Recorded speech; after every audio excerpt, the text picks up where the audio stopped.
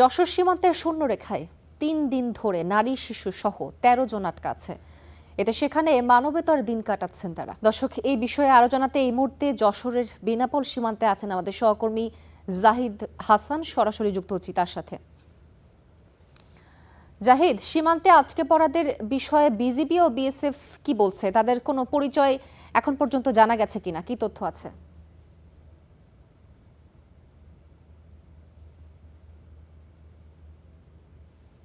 তোহা যে প্রায় ৩ দিন ধরে এই যে ভারতীয় ভূখণ্ডে যে সুন্দররেখায় তারা ৩ দিন অবস্থান করছে, একদম খোলা আকাশের নিচে যে মানবতার জীবনযাপন করছে। একদম যে কোনো পক্ষের যে ভারতীয় বিএসএফ বাহিনী তারা তাদের যে সীমান্ত দিয়ে কাঁটাতারের বাইরে রেখে গেছে, এদিকে বিজিপিও তারা এটা গ্রহণ করছে না। সব মিলে তারা এখনো খোলা আকাশের নিচে ৩ দিন ধরে রয়েছে।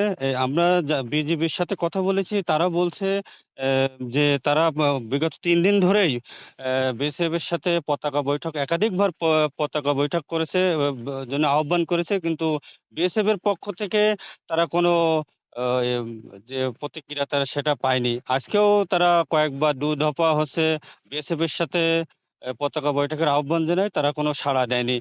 একটি তথ্য জানিয়ে রাখি যে এই যে বিজিবির যে নির্বাচন, বিএসএফ এর যে ভারতের যে নির্বাচনের পর থেকেই তারা যে পুশিনের যে ঘটনা বারবার চেষ্টা চালাচ্ছিল, তারপর থেকে বিজিবি যে কঠোর অবস্থানে ছিল, তার ধারাবাহিকতায় গত শনিবার রাতে মধ্যরাতে ৮ থেকে ১০ জনের নারী, পুরুষ, শিশুসহ ভারতীয় সীমান্ত দিয়ে তারা সে সুন্দররেখায় পাঠিয়েছে। আমরা রয়েছি এই যে সুন্দররেখা থেকে প্রায় ৫০০ মিটার দূরে। এখন তারা যে খোলা আকাশের নিচে ছিল, মাঠের ভিতরে, তারা তাদের যে নিরাপত্তা আশ্রয় নেওয়ার জন্য তারা সাহায্যে অবস্থান করছে।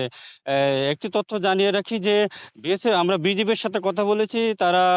বিজিবি আমাদেরকে জানিয়েছে যে এখন ৮ থেকে ১০ জনের যুবক, নারী এবং শিশুরা থাকলেও ভারতীয়র ওপাশে মানে তার কাটার যে বাইরে সেখানে প্রায় শতাধিক মানুষ অবস্থান করছে, এমনটি আমাদের জানিয়েছে বিজিবি।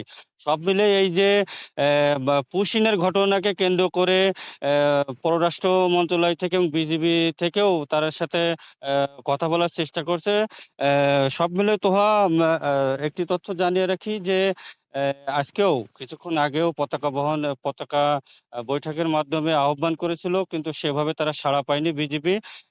সব মিলে এই ছিল সর্বশেষ অবস্থা। তোহা।